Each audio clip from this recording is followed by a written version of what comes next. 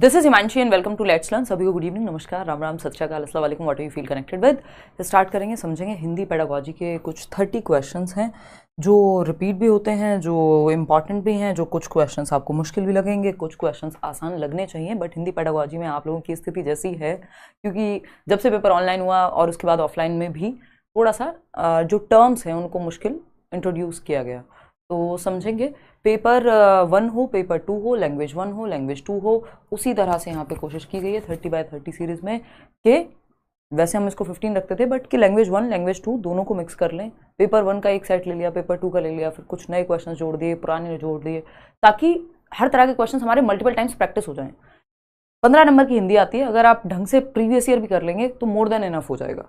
चलिए खैर समझते हैं कहानी। आप पोल में जवाब देंगे। कल क्लास नहीं हो पाई थी, I was not feeling well. आज बैच की क्लास नहीं हो पाई है ना, बट मैंने सोचा यूट्यूब पे आते आते थोड़ा सा मैं ठीक महसूस कर रही थी, तो और मेरे मन में था कल बैच की क्लास हुई थी तो यूट्यूब पे नहीं हो पाई थी। तो अभी चीज़ें वैसी चल रही हैं कि मैं कोशिश कर रही हूँ जितना जहाँ क्लास ले पाऊँ ले लूँ। अभी पूरी तरह से तो हेल्थ बेहतर नहीं हुई है। टेलीग्राम चैनल पे आपके 2-3 PDFs हैं जो पेंडिंग हैं, ये भी वहीं मिल जाएगा विद आंसर्स। स्टार्ट करेंगे, समझेंगे कहानी। पेपर में आपके समय ज़्यादा नहीं है, मेरी भी कोशिश है कि क्लासेस आपकी कंटिन्यू हो शाम को 7 बजे यूट्यूब पे, और बाकी जो बैच का टाइमिंग है करियर विल ऐप डाउनलोड करके आप बैचेस में अभी भी एनरोल कर सकते हैं अगर आपको लगता है कि आप कवर कर लेंगे प्रीवियस। और वहाँ हम चैप्टर वाइज सारा कुछ डिटेल्ड मॉक टेस्ट वगैरह सब कुछ मिल ही जाएंगे आपको एक साथ। और जो लोग D+B की तैयारी कर रहे हैं वो भी पेडागोजी स्पेशल बैच एक है, उसमें एडमिशन्स ओपन है, एनरोल कर सकते हैं करियर विल ऐप डाउनलोड करके। चलिएगा खैर, ये बातें चलती रहेंगी। देखिएगा क्वेश्चन नंबर 1, आंसर कीजिए, पढ़िए क्वेश्चन को। क्वेश्चन नंबर 1 क्या कहता है? निम्नलिखित में से कौन से 2 सीखने की वर्तमान समझ के अनुसार सत्य हैं? सीखने की वर्तमान समझ यानी प्रेजेंट नॉलेज ऑफ लर्निंग या अधिगम जिसको हम कह देते हैं।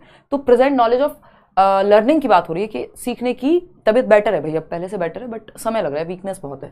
निम्नलिखित में से कौन से 2 सीखने की वर्तमान समझ के अनुसार सत्य हैं? पहला ऑप्शन है त्रुटियां सीखने के वर्तमान समझ का मतलब क्या है? जो प्रेजेंट में हम जैसे लर्निंग को देखते हैं, और प्रेजेंट में लर्निंग को कैसे देखते हैं? कंस्ट्रक्टिविज्म यानी रचनावाद के अनुसार देखते हैं अगर हम देखें तो, यानी बच्चे को एक्टिव रखना चाहते हैं हम। वर्तमान समझ से ताल्लुक यहाँ पे ये है, ये उर्दू निकल के आ रही है ना। वर्तमान समझ से जो मतलब है वो ये है कि रचनावाद या प्रेजेंट में हम लर्निंग को कैसे देखते हैं, और प्रेजेंट में रचनावाद या पियाजे वाइगोस्की जो कंस्ट्रक्टिविज्म है वो ज्ञान की रचना पे फोकस करता है कि बच्चा सीखे और सीखने में गलतियां भी पार्ट हुई, यानी बच्चा सक्रिय रहे। कुल मिला के सीखने की वर्तमान समझ ये कहती है कि बच्चा क्या रहे? सक्रिय रहे, एक्टिव लर्निंग करे। ठीक, अब इन 4 ऑप्शंस में से जहां बच्चा एक्टिव है वो ठीक होंगे, चारों में है तो चारों ठीक होंगे। देखते हैं, त्रुटियां सीखने के क्षेत्र हैं या सीखने से संबंधित हैं, सीखने का एक पहलू है, एक पार्ट एंड पार्सल है, लर्निंग का ही एक हिस्सा है। ऐसा नहीं हो सकता कि कोई सीखे और गलती कभी ना करे। तो गलती, त्रुटियां मतलब गलतियां, मिस्टेक्स, एरर्स, तो पार्ट ऑफ लर्निंग है। बिल्कुल सही बात है, पॉजिटिव बात है, बच्चा एक्टिव है। त्रुटियां भाषा अधिगम में बाधा डालती हैं, ये सोच प्रेजेंट में नहीं है।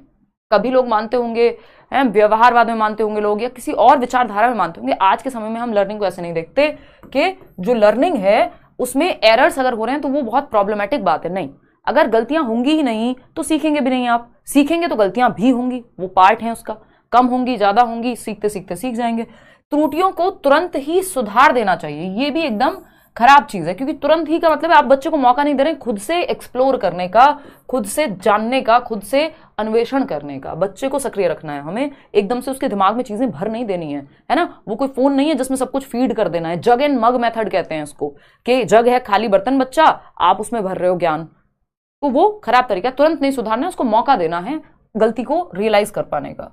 त्रुटियां शिक्षकों के लिए पृष्ठ पोषण का काम करती हैं, यानी न्यूट्रिशन का काम करती हैं, एक तरह से खाना देने का काम करती हैं कि बच्चे को हम और अच्छे से सिखा पाएंगे। आपको मौके मिलते हैं एज अ टीचर, जब आप बच्चों की गलतियां समझते हैं तो आपको समझ में आता है कि आपके मेथड में कहाँ कमी है, आप कैसे बेहतर सिखा सकते हैं, या कितना बच्चे ने सीख लिया है। तो A पॉजिटिव है, D पॉजिटिव है, ये दोनों बातें यहाँ सही है, जो कि कितने लोग बता पा रहे हैं? 78% लोग सही जवाब दे रहे हैं। ठीक, तो A तथा D ये बात सही है, कोई दिक्कत परेशानी इस बात को समझने में नहीं होनी चाहिए, क्योंकि B और C सही नहीं है। ना तो गलतियां बाधा हैं त्रुटियां, और ना ही उनको तुरंत सुधारना है। ठीक, क्वेश्चन नंबर 2 देखिएगा एक बार, ये एकदम बेसिक सा क्वेश्चन है, जमाने भर से, मतलब जब से सीटेट है मुझे लगता है ये आ ही रहा है क्वेश्चन, बस इसकी फॉर्म चेंज हो जा रही है, पूछने का तरीका बदल जा रहा है। ठीक है ना। अभी मैं बताऊंगी कैसे और क्यों। क्वेश्चन नंबर 2 क्या कहता है, देखते हैं। हाँ टाइम लगेगा हिबा, ठीक हो जाएगी तबीयत। आरंभिक वर्षों के दौरान बच्चे दीवारों, फर्श, कागज आदि पर आड़ी तिरछी रेखाएं बनाते हैं। दीवार मिल गई बच्चे को तो वो जो हाथ में आएगा वो कुछ भी बना देगा उसका। फर्श पे भी वो चौक मिल गई, उसको चौक चलाने लगेगा। कोई कलर मिल गया, कलर। कोई मम्मी का काजल भी मिल गया, मतलब आजकल के जमाने में हमारी मम्मियां तो काजल पता नहीं ढूंढना पड़ेगा हमें तब मिलता, कहीं अगर मिलता भी तो, है ना। लेकिन आजकल तो ये कॉमन चीज है, आईलाइनर मिल जाएगा तो वो बच्चा जो हाथ में आ गया उससे कर लेगा। पेन मिल गया, पेंसिल मिल गई, कलम मिल गई, कागज मिल गया, जहां पे मिलेगा वो कुछ भी आड़ी तिरछी लाइनें खींचना शुरू कर देगा। ये क्या है? शुरुआती सालों में आरंभिक साक्षरता का भाग है, यानी पार्ट ऑफ एमरजेंट लिटरेसी। ये मैं इंग्लिश में क्यों बता रही हूं, क्योंकि इंग्लिश के क्वेश्चंस भी ट्रांसलेटेड आते हैं लैंग्वेज में। अब इंग्लिश और हिंदी में क्वेश्चंस सेम ही रह गए हैं, ठीक है ना। देखते हैं। खैर फिर आते हैं अधिगम के लिए इसके कोई मायने नहीं है। क्यों नहीं है भाई? मायने हैं। ये क्या है, राइटिंग की स्टेजेस में आता है एक तरह से। स्क्रिबलिंग बोल देते हैं इसको। स्क्रिबलिंग का क्वेश्चन बहुत जमाने भर से आता है, मतलब बहुत पहले से आता है। अब ये एमरजेंट लिटरेसी जो है 2-3-4 साल से पूछने लगा है, उससे पहले नहीं था। गणित का सीखना, यानी गणित सीख रहा है बच्चा। आड़ी तिरछी लाइन का मतलब गणित कब से हो गया? भाषा अधिगम है भाई, भाषा की तो ऐसा कोई खास समझ नहीं बन रही है यहाँ पे। तो ये क्या है? ये आरंभिक साक्षरता का भाग है। बड़े लेवल पे अगर देखें तो भाषा के अंदर आ जाएगा, बट क्योंकि हमारे पास एग्जैक्ट आंसर है तो हम क्यों जाएं इसमें। आरंभिक साक्षरता का भाग है यानी एमरजेंट लिटरेसी, यानी बच्चा पेन पकड़ना सीख रहा है, कुछ भी टेढ़ी मेढ़ी लाइनें ये वो जब बुक उठा करके, और उसको पढ़ना नहीं आता, एक क्वेश्चन ऐसे भी पूछा जाता है बट वो पलट पलट के देख रहा है चीजों को, कोशिश कर रहा है पिक्चर्स से आइडिया लगाए कि इस कहानी में क्या होगा, वो भी एमरजेंट लिटरेसी का ही पार्ट है, यानी आरंभिक साक्षरता का ही पार्ट है। अभी साक्षरता आई नहीं है बट वो शुरुआत की एक्टिविटीज कर रहा है साक्षरता आने से पहले। तो ये इसको कहेंगे क्या, और इसको स्क्रिबलिंग कहते हैं। बट ये पार्ट किसका है? पार्ट है ये आरंभिक साक्षरता का, emergent literacy in English. Question number 3 देखिएगा क्या कहता है। क्वेश्चन नंबर 3 ये कहता है लेखन के किस उपागम को लिखने के द्वारा लिखना सीखना कह सकते हैं, यानी writing by the process of writing itself. मतलब सीख रहे हैं आप, लिखना सीख रहे हैं। Learning to write by writing itself, मतलब लिखना सीख रहे हैं, लिखने के द्वारा ही सीख रहे हैं कि जो मन में आए लिखो, ठीक है ना। तो प्रक्रिया उपागम है, उत्पाद है, दूसरे के लेखन की नकल करना इमिटेशन है, या बिंदुओं में लिखना है यानी पॉइंट टू पॉइंट लिखना है। तो पॉइंट टू पॉइंट का कोई केस बनता नहीं है, या दूसरे के लेखन की नकल करना यानी इमिटेट करना, ऐसी भी कोई बात नहीं है। लिखने के द्वारा लिखना सीखना, इतनी बार क्वेश्चन रिपीट हुआ है ऑनलाइन ऑफलाइन हर तरह के एग्जाम में, इसको प्रक्रिया उपागम कहते हैं। प्रोसेस है ना, you are learning to write by writing itself, मतलब आप लिखना सीख रहे हैं लिखने के द्वारा ही, यानी प्रक्रिया के माध्यम से आप लिखना सीख रहे हैं। आपके मन में जो आया, अपनी कोई बात आपको एक्सप्रेस करनी है, आप लिख करके ला रहे हैं। यानी यहां पे कोई फिक्स रूल हो जरूरी नहीं है, आप अपनी भावनाओं को या अपने विचारों को, किसी टॉपिक पे भी हो सकता है, ऐसे फ्री फ्लो में भी हो सकता है, आप लिख रहे हैं। प्रक्रिया उपागम पहले, अब इसमें भी कई सारी प्रोसेस स्टेप्स होते हैं कि आप ड्राफ्ट करेंगे, कोई चीज लिख रहे हैं किसी चीज के बारे में, बहुत सारी चीजें हैं। उत्पाद उपागम जो है आपका, वो वैसा हो जाता है, एक तरह का मॉडल, आपको कुछ एक स्ट्रक्चर पहले से गिवन है, उसी बेसिस पे आप लिख रहे हैं। आपको कह दिया गया कि इस कहानी के जैसी ही दूसरी कहानी लिखो, बिल्कुल लगभग सेम ही होनी चाहिए। या फिर जो हम कहते हैं जिसको डिक्टेशन, श्रुतलेख, वो भी उत्पाद उपागम का ही उदाहरण है, यानी प्रोडक्ट राइटिंग का ही उदाहरण है कि आपको एग्जैक्ट पता है प्रोडक्ट फाइनल क्या होगा, इसी के अराउंड आपको चीजें लिखनी है। तो प्रक्रिया उपागम है लिखने के द्वारा लिखना सीखना। आगे बढ़ेंगे क्वेश्चन नंबर 4 पर। यह क्या पूछा है, उत्पादक शब्द संपदा से क्या तात्पर्य है, बताइएगा।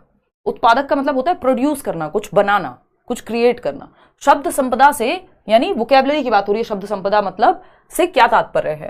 पहला ऑप्शन है जिन शब्दों को हम सुनते और पढ़ते हैं उनकी पहचान करते हैं, यानी जो शब्द हमने सुने और पढ़े उनकी पहचान कर रहे हैं हम, ये उत्पादक शब्द संपदा है। बट हमने इसमें क्रिएट क्या किया। फिर आता है वे शब्द जिनको हम बोलते समय प्रत्यास्मरण करते हैं, रिकॉल कर रहे हैं जिन शब्दों को हम, वे शब्द जिन्हें हम लेखन और वाचन में प्रयुक्त करते हैं। लेखन और वाचन मतलब लिखने और पढ़ने में, वाचन मतलब रीडिंग और राइटिंग में प्रयोग कर रहे हैं। तो उत्पादक का मतलब क्या हुआ, जहां पे हम प्रोड्यूस कर रहे हो, प्रोडक्टिव स्किल जिसको हम कहते हैं। हम एक दिन स्किल का अलग से एक सेशन रखेंगे भाषा कौशल पे, सूबो पाली, सुनना बोलना पढ़ना लिखना। अब इन सूबो पाली में भी हम देखते हैं सूबो, सुनना बोलना पढ़ना और लिखना। तो सूबो पाली में भी आपको पता है सुनना और पढ़ना, इनको हम क्या कह देते हैं कि हम रिसीव कर रहे हैं कहीं से इंफॉर्मेशन को, और बाकी के दोनों जो हैं वो प्रोडक्टिव में चले जाते हैं, रिसेप्टिव में चले जाते हैं। हालांकि ये सवाल कुछ और कह रहा है, तो इनकी बात हम नेक्स्ट अलग सेशन में करेंगे। क्वेश्चन पे आते हैं। उत्पादक शब्द संपदा यानी वो वोकैबुलरी आपकी जो आप प्रोड्यूस करते हैं, जिसको यूज कर रहे हैं, है ना, लिखने में और पढ़ने में, ठीक है। वे शब्द जिन्हें हम श्रवण व लेखन के दौरान पहचान नहीं पाते, नहीं पहचान नहीं पाते तो वो पैसिव हो जाता है एक तरह से, पहचान नहीं पाते, इवन पहचान नहीं पाते तो वो तो इवन वोकैबुलरी का हिस्सा भी नहीं है भाई, जिनको हम पहचान ही नहीं पाए, जिनको पढ़ के हमें समझ में ही नहीं आ रहा, ठीक। तो अगर हम देखें यहाँ पे उत्पादक संपदा कहाँ गया, पोल पहले हटा दिया, तो उत्पादक संपदा किसका हिस्सा है? उत्पादक संपदा वे शब्द जिन्हें हम लेखन और वाचन में प्रयुक्त करते हैं, है ना। पहले हम इसको उत्पादन संपदा को उत्पादक कौशल के रूप में देख रहे थे, बट पूछा कुछ और है क्वेश्चन ने, ठीक है ना, कि वो शब्द जिन्हें हम सुनते और पढ़ते हैं उनकी पहचान करते हैं, ये उत्पादक संपदा है? नहीं। वे शब्द जिनका हम बोलते समय प्रत्यास्मरण रिकॉल कर रहे हैं, नहीं। एक्टिव कहां है बच्चा? वे शब्द जिन्हें हम लेखन और वाचन में प्रयुक्त कर रहे हैं, यानी पढ़ने में भी और राइटिंग में भी, तो वो बार बार आ रहे हैं शब्द, ठीक है। आगे बढ़े। सिर्फ सुनते और पढ़ते हैं तो सुनते और पढ़ते में फिर रिसीविंग आ जाएगा सिर्फ, जबकि लेखन में सच में उत्पादन भी होगा और पढ़ के भी हमारे अंदर वो शब्द जा रहे हैं और फिर उसको लिखने में हमारे वो काम आएंगे। तो बेटर ऑप्शन 3 हो जाएगा, ना कि फर्स्ट, क्योंकि वहां पे सिर्फ सुनना और पढ़ना दोनों ही रिसीविंग वाला हो गए। यानी रिसीविंग मतलब जो मैं अभी सूबो पाली आपको बताया था, सुनना और पढ़ना में दोनों में क्या है, ग्रम्यात्मक कौशल है, सिर्फ ग्रहण कर रहे हैं आप, जबकि यहां पे उत्पादन भी शामिल होगा, जिसको कल को आप यूज भी कर पा रहे हैं, ऐसी वोकैबुलरी। क्वेश्चन नंबर 5 देखिएगा एक बार, क्या कहता है क्वेश्चन नंबर 5। प्राथमिक विद्यालय की एक कक्षा में कार्टून पुस्तकें, बहुत से चित्र वाली 10 पृष्ठीय छोटी छोटी पुस्तकें और समाचार पत्र रखे हैं, जिन्हें शिक्षार्थी जब चाहें या जब भी समय मिले पढ़ सकते हैं। यहां कक्षा में क्या करने का प्रयास किया जा रहा है? मतलब क्या है, एक प्राइमरी क्लासरूम में कार्टून वाली कुछ बुक्स रखी हैं, कुछ मैगजीन्स होंगी ऐसी जिसमें पिक्चर्स हैं चाचा चौधरी टाइप की, या कुछ और जिसमें सिर्फ प्रिंट के माध्यम से बच्चा फोटो देख देख के समझ जाए क्या कहानी चल रही है, और छोटी छोटी 10 प्रश्न की चित्र वाली जिसमें बहुत सारे चित्र हैं, फिर छोटी छोटी 2-4 लाइन लिखी हुई हैं, चित्र हैं, तो छोटी किताबें हैं। रीडिंग हैबिट बिल्ड करना चाह रहे हैं बच्चे में। ये क्या है, प्रयास किया जा रहा है किस चीज का? मुद्रित समृद्ध परिवेश सृजित किया जा रहा है, यानी प्रिंट रिच एनवायरनमेंट। बहुत इंपॉर्टेंट होता है भाषा सीखने के लिए कि हमने आसपास क्लासेस में हम देखते हैं कि चार्ट्स लगे हुए हैं, है ना, कुछ और बना हुआ है, कोई कहानी का प्रिंट लगा हुआ है। उसी तरह से जब किताबों में बहुत सारे प्रिंट्स हैं, कार्टून है, चित्र हैं, तो मतलब हम मुद्रित समृद्ध या प्रिंट रिच एनवायरनमेंट क्रिएट कर रहे हैं, जिससे बच्चा भाषा को आसानी से सीख पाएगा। उसके आसपास हर जगह देखने को भाषा का काफी माहौल है, चाहे वो प्रिंटेड किताबें हैं, चार्ट्स हैं क्लासरूम में, है ना, कोई एक्टिविटी है। शिक्षार्थियों में पठन संबंधी आदतों का विकास होना, ये बात ठीक है, लेकिन मुख्य जो बात है वो ये है कि प्रिंट रिच एनवायरनमेंट है, ऐसा एनवायरनमेंट जहां अपॉर्चुनिटीज हैं, अवसर मिल रहे हैं बच्चे को पढ़ने के, किताबें देखने के। ऐसा नहीं है कि एक क्लासरूम है बस और एक बोर्ड है, बाकी कुछ है ही नहीं देखने को, ना कोई किताब है ना कोई प्रिंट मटेरियल है, ठीक है ना। शिक्षार्थियों में ये अपने आप हो जाएगा, पहले आपको ये परिवेश तो सृजित करोगे तब तो आदत का विकास होगा। शिक्षार्थियों में पठन समूह सृजित किए जा रहे हैं, समूह की तो बात ही नहीं है, अकादमिक परिवेश नहीं, इसको प्रिंट रिच एनवायरनमेंट करते हैं। बाकी तीनों बातें आपको सही लग सकती हैं, बट टू द पॉइंट यहाँ पे फैक्चुअल क्वेश्चन है जिसका आंसर यही बनेगा। क्वेश्चन नंबर 6 देखिएगा, क्या कहता है क्वेश्चन नंबर 6। ये कहता है कक्षा 3 की अध्यापिका, क्लास 3 है, कक्षा 3 की अध्यापिका अपने शिक्षार्थियों को विशेषण पढ़ाते समय, यानी एडजेक्टिव पढ़ा रही हैं, है ना, यानी विशेषण वो शब्द जो किसी की विशेषता बताएं, जैसे चालाक लोमड़ी हम पढ़ते थे बचपन में, ठीक। तो पढ़ाते समय उन सभी शब्दों की सूची बनाने के लिए कहती है जो किसी वाक्य में व्यक्ति या वस्तु की खूबी का वर्णन करे। भाई किसी व्यक्ति या वस्तु के बारे में कोई विशेषता बताई जा रही है, विशेषण उन्हीं शब्दों को हम कह रहे हैं, संज्ञा के बारे में। यह कार्य सहपाठियों के साथ चर्चा करने के लिए कहती हैं, यानी जो बच्चे के क्लासमेट्स हैं, उसके दोस्त हैं, जिनके साथ वो पढ़ता है, सहपाठी जो हैं उसके, उनके साथ चर्चा करने को कहा गया है विशेषण शब्दों के बारे में, ठीक। शब्द संपदा बढ़ाने का यह है कौन सा तरीका, यानी आप वोकैबुलरी बढ़ा रहे हैं बच्चे की, कौन सा तरीका है ये? शब्दों के साथ संबंध बैठाना, संबंध बैठा रहा है बच्चा यहाँ पे, कैसा संबंध बैठा रहा है? रिश्तेदारी मजाक कर रही हूँ, मतलब संबंध कहाँ बैठाने की बात हो रही है यहाँ पे विशेषण पढ़ाते समय सूची बनाने को कह दिया कि कौन से शब्द विशेषण है, फिर ये वस्तु या विस्थान की खूबी का वर्णन कर रहे हैं, उन शब्दों को पहचानना है उसमें से, और फिर चर्चा करनी है, ठीक। तो ये कौन सा टेक्निक है? वर्णन करने वाले शब्दों की बात हो रही है, सिर्फ वर्णन की नहीं, विशेषण की बात हो रही है। संदर्भ में विशेषण, सिर्फ विशेषण की ही बात नहीं है, बहुत सारे शब्दों में से विशेषण छांटना है। इसका मतलब शब्द तो बाकी भी आने चाहिए, जो नॉर्मल संज्ञा है, सर्वनाम है, उन सब और विशेषण है या और बहुत सारा के शब्द हैं, उन शब्दों में से विशेषण को छांटना है, तो इसका मतलब बाकी शब्द भी तो आते होंगे बच्चे को, तो सिर्फ विशेषण सिखाना थोड़ी है ये। यहाँ पे संदर्भ में शब्द संपदा है कि आपकी जो वोकैबुलरी बिल्ड हो रही है वो कॉन्टेक्स्ट में हो रही है कि आपने एक चैप्टर पढ़ाया, मान लीजिए चालाक लोमड़ी, अब लोमड़ी का चालाक होना क्या है, विशेषण है, तो ये संदर्भ में आपने विशेषण सिखा दिया, अलग से विशेषण के रट्टे नहीं लगवाए हैं, ठीक है ना। तो ये संदर्भ में शब्द संपदा है, इसमें चाहे विशेषण होता चाहे संज्ञा होती, बात बराबर होती, आंसर यही होता। आगे बढ़ते हैं क्वेश्चन नंबर 7 पे, देखिएगा एक बार। क्वेश्चन नंबर 7 क्या कहता है? क्वेश्चन नंबर 7 है भाषा अधिगम और अर्जन के बारे में कौन सा कथन सही नहीं है। भाषा अधिगम यानी लैंग्वेज लर्निंग और लैंग्वेज एक्विजिशन आता ही है इस पे क्वेश्चन, इस पे हम अलग से एक सेशन भी रखेंगे। तो भाषा अधिगम और अर्जन के विषय में कौन सी बात सही नहीं है, यानी नॉट राइट। मुद्रित का मतलब है प्रिंटेड, प्रिंट रिच एनवायरमेंट, जहां पे जैसे ये नोट है तो इस पे कोई एक इमेज बनी हुई है, किसकी, एलोरा की गुफाएं, 20 रुपए का नोट है, तो ये प्रिंट है, प्रिंट, ये मुद्रित है। प्रिंट रिच एनवायरमेंट उसी को कह रहे हैं जहां मुद्रित परिवेश हो। देखिएगा एक बार क्वेश्चन नंबर 7 का आप लोग सेकंड ऑप्शन कह रहे हैं 82% लोग। भाषा अधिगम और अर्जन के बारे में कौन सा कथन सही नहीं है, नॉट पूछा है। यदि अवसर और परिवेश दिया जाए तो सभी बच्चे अनेक भाषाएं सीख सकते हैं, बात तो सही है, हमें चाहिए नेगेटिव, है ना, नॉट चाहिए, नहीं लिखा हुआ है, तो ये तो सही बात है। प्रथम भाषा दूसरी भाषा के अधिगम के में व्यवधान डालती है, ये बात आप लोग बिल्कुल सही कह रहे हैं कि ये बात गलत है। हम तो यहाँ पे बहुभाषिता की बात कर रहे हैं कि जितनी भाषाएं हो सके आप सिखाइए बच्चे को, है ना, और उसकी मातृभाषा का भी प्रयोग करिए। जो 3 लैंग्वेज फॉर्मूला है, त्रिभाषा सूत्र, नेशनल एजुकेशन पॉलिसी जो नई शिक्षा नीति है वो कह रहे हैं कि आप बहुभाषिता की बात कीजिए, त्रिभाषा सूत्र की बात कीजिए, बच्चे की मातृभाषा को भी सपोर्ट कर रहे हैं, स्कूल की भाषा भी सीख रहा है, वो कोई एडिशनल लैंग्वेज वैकल्पिक विषय भी पढ़ रहा है संस्कृत की तरह या और जो अन्य भाषाएं हैं। और हम यहाँ कह रहे हैं कि जो प्रथम भाषा है, जो मातृभाषा है, मान लीजिए बच्चे को जो भाषा आती है वो नई भाषा सीखने में उसको दिक्कत देगी, नहीं, हमें तो हेल्प क्रिएट करनी है उस भाषा से, तो दिक्कत नहीं देगी, ये बात गलत हो जाएगी। भाषा अधिगम अर्थ से शुरू होना चाहिए और फिर उसके स्वरूप को समझने की बात होनी चाहिए, ये बात अपनी जगह सही है।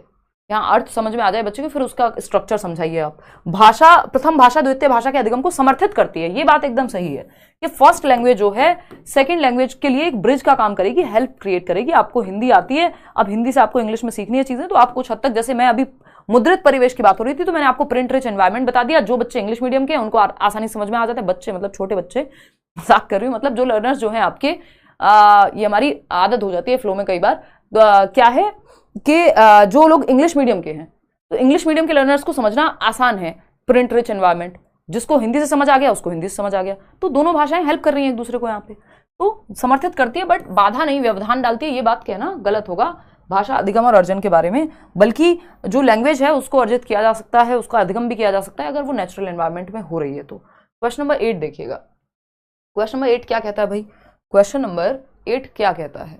क्वेश्चन नंबर 8 कहता है एक अध्यापक कक्षा के एक वर्णमाला के अक्षर लिखना सिखाती है, वह अक्षर लिखना सिखाने के लिए बताती है कि कहां से शुरू किया जाए और किस तरफ लेखनी मोड़ी जाए, यानी पेन, लेखनी का मतलब यहां पेन से है, पेंसिल से है, ठीक, कि भाई तुमको क बनाना है तो ऐसे ऐसे लेके जाएंगे इसको और ऐसे बना देंगे, मतलब जैसे भी ज्यादा फैशन वाला क बन गया, ठीक, मतलब क्या हुआ, टीचर ने लिखना सिखाया कि क्या शेप दें हम, अ से अनार, तो फिर पकड़ के भी कई बार हाथ से बताना पड़ता है बच्चे को, है ना। कई बार वो बुक्स होती हैं जो ऐसे डॉट डॉट वाली आती हैं तो वो हेल्प कर देती हैं, स्कैप फोल्ड कर देती हैं, मदद कर देती हैं। तो ये क्या है कि वो किसके प्रति समझ बनाने की कोशिश कर रही हैं, लेखन कौशल, रूब्रिक लेखन, लेखन के तरीके, या हाथ आंख समन्वयन के हैंड आई कोऑर्डिनेशन, नहीं, ये तरीका है, टेक्निक बता रही है कि भाई ये शब्द ऐसे नहीं ऐसे घुमाओ, ठीक। तो शिक्षार्थियों में किसके प्रति समझ बनाने का प्रयास कर रही हैं, किसके प्रति, लिखने के तरीके क्या होते हैं इसके प्रति। लेखन कौशल में तो बहुत कुछ आ जाएगा, लेखन कौशल में तो आप किस तरह की राइटिंग का स्टाइल क्या है आपका वो भी आ जाएगा, विचार किस तरह से आप प्रस्तुत करेंगे, तो यहाँ पे लिटरली सिखाया जा रहा है कि कैसे लिखना है। अभी कौशल पे तो आप बहुत आगे की बात हो जाएगी वो, ठीक है ना। तो बेटर ऑप्शन लिखने के तरीके हैं, हम जाएंगे थर्ड के साथ, आगे जाएंगे, मतलब अगर ऑप्शन ये नहीं होता लिखने के तरीके तो हम चले जाते फर्स्ट ऑप्शन के साथ, बट हमारे पास बेटर ऑप्शन अवेलेबल है। क्वेश्चन नंबर 9 देखिएगा, निम्नलिखित में से कौन सा अधिगम के लिए आकलन है, यानी असेसमेंट फॉर लर्निंग जिसको हम कहते हैं, सीखने के लिए आकलन, अधिगम के लिए आकलन, assessment of learning, for learning, as learning तो आप जानते ही हैं, है ना, ऑफ भी लिख लेते हैं, ऑफ लर्निंग आपको पता है समेटिव असेसमेंट योगात्मक मूल्यांकन का पार्ट है। फॉर और एस जो है वो आपके फॉर्मेटिव यानी रचनात्मक आकलन का पार्ट है। सीखने के दौरान अधिगम होगा, सीखने के लिए अधिगम होगा। तो अगर एंड में हो रहा है तो ऑफ लर्निंग यानी अधिगम का आकलन हो जाएगा वो। तो अगर हम देखें थर्ड ऑप्शन, आप लोग 90% लोग कह रहे हैं, देख लेते हैं। अधिगम के लिए आकलन है, सत्र के अंत में होता है अधिगम का आकलन, अधिगम के लिए नहीं होता। जब तो अधिगम हो चुका है ऑफ लर्निंग, तो अधिगम जो हो चुका है उसका आकलन तो अंत में होगा। तो अंत में अधिगम के लिए आकलन नहीं होता, दौरान होता है। वर्ष के अंत में अगेन फिर से ये तो अधिगम का आकलन हो गया, ऑफ लर्निंग। शिक्षण अधिगम प्रक्रिया के दौरान, एग्जैक्टली ये एकदम टैग वर्ड है कि शिक्षण अधिगम प्रक्रिया के दौरान विद्यार्थियों की प्रगति की निगरानी और उसमें सुधार के लिए आकलन तैयार करना, कि कैसे हम, जैसे हम अभी सीख रहे हैं, आप लोग पोल में जवाब दे रहे हैं, अभी इसी के दौरान हम आकलन भी कर ले रहे हैं, असेस कर पा रही हूं मैं कि कितने लोग सही आंसर दे पा रहे हैं। तो ये दौरान ड्यूरिंग होता है फॉर लर्निंग, क्योंकि सीखने के लिए आकलन है, अभी सीखना चल रहा है, उसके during the teaching learning process. ठीक, सिंपल है। राष्ट्रीय उपलब्धि सर्वेक्षण जैसी आकलन संबंधित गतिविधियां, तो वो तो सीखने का आकलन हो जाएंगी अगेन। चलिए खैर, third option is the right answer. आगे बढ़ते हैं क्वेश्चन नंबर 10 पर। अब कुछ ज्यादा देर हो रही है।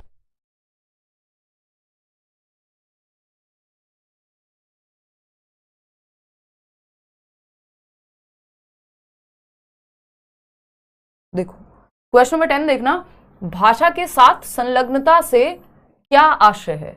भाषा के साथ संलग्नता यानी कहीं ना कहीं हम कह सकते हैं कि इन्वॉल्वमेंट कह लीजिए, जुड़ाव कह लीजिए। जुड़ाव तो शायद सही शब्द नहीं होगा यहाँ पे, है ना। तो भाषा के साथ संलग्नता से क्या आशय है? शिक्षार्थी भाषा के नियम सीखते हैं, इन्वॉल्वमेंट ही कहेंगे इसको इंग्लिश में। अध्यापक भाषा अधिगम के लिए शिक्षार्थियों के साथ काम करते हैं। शिक्षार्थी शब्दों और वाक्यों का अर्थ समझे बगैर उन्हें डिकोड करते हैं, तो ये तो पॉइंटलेस हो जाएगा, रट्टाफिकेशन हो जाएगा। शिक्षार्थी भिन्न भिन्न उद्देश्यों के लिए भाषा का प्रयोग करते हैं और सीखते हैं, यानी वो इन्वॉल्व हो रहे हैं, लैंग्वेज के साथ संलग्न हो रहे हैं, जुड़ रहे हैं। तो भाषा शिक्षार्थी भिन्न भिन्न उद्देश्यों के लिए भाषा का प्रयोग करते हैं और सीखते हैं। 85% लोग सही जवाब दे पा रहे हैं, ठीक है ना। सिर्फ अध्यापक भाषा अधिगम के लिए शिक्षार्थियों के साथ काम करते हैं, नहीं, यहाँ पे भाषा के साथ संलग्नता का मतलब है बच्चे विभिन्न उद्देश्यों में, तो बच्चा ज्यादा सक्रिय यहाँ है ना कि बाकी के ऑप्शंस में। तो fourth option is the right answer. आगे बढ़ेंगे, क्वेश्चन नंबर 11 देखिएगा। व्याकरण अधिगम में अर्थ से नियम की ओर जाने से क्या तात्पर्य है? इसको आपको ढूंढना है, जवाब फटाफट से बताना, आंसर कीजिएगा। कोई कह रहा है ऐसा लग रहा है मैम जैसे जीवन में कुछ चल रहा है। अरे कुछ नहीं चल रहा है यार, थोड़ी बहुत ड्राइविंग चलती है, उसमें भी इतना वीकनेस रहती है कि बैंड बज जाती है। कुछ नहीं चल रहा है जीवन में। अनार का जूस पियो, वाटरमेलन का जूस पियो, नींबू पानी पियो, और कौन सा पानी आता है वो, नारियल पानी पियो, हेल्दी खाओ, यही चल रहा है बस, और कुछ नहीं चल रहा है जीवन में। देखिएगा एक बार, बाकी जीवन है तो कुछ ना कुछ तो चलता ही रहेगा, देखिएगा।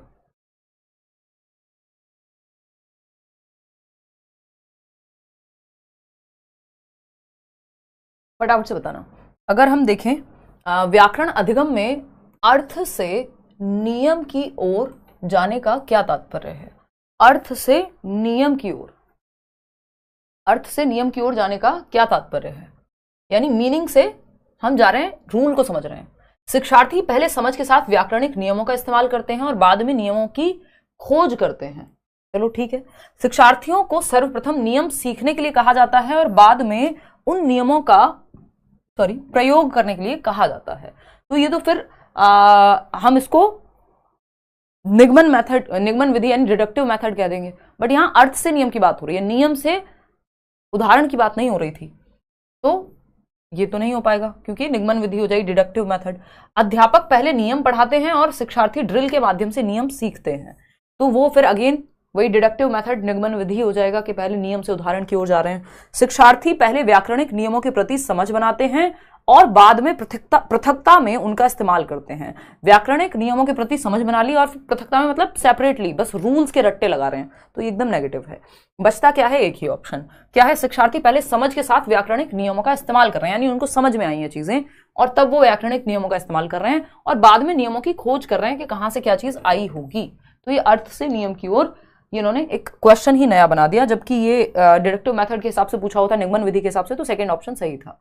आगे बढ़ेंगे, क्वेश्चन नंबर 12 पे क्या है, क्या कहता है क्वेश्चन नंबर 12? भाषाओं के अधिगम के बारे में कौन सी बात सही नहीं है? नॉट राइट पूछा है, नॉट करेक्ट। पहला ऑप्शन है मातृभाषा बेहतर संज्ञानात्मक वृद्धि में मदद करती है, बिल्कुल सही बात है कि जो मदर टंग है आपकी वो आपके संज्ञानात्मक विकास, कॉग्निटिव डेवलपमेंट में, आपके दिमाग के विकास में मदद करती है, ठीक है ना।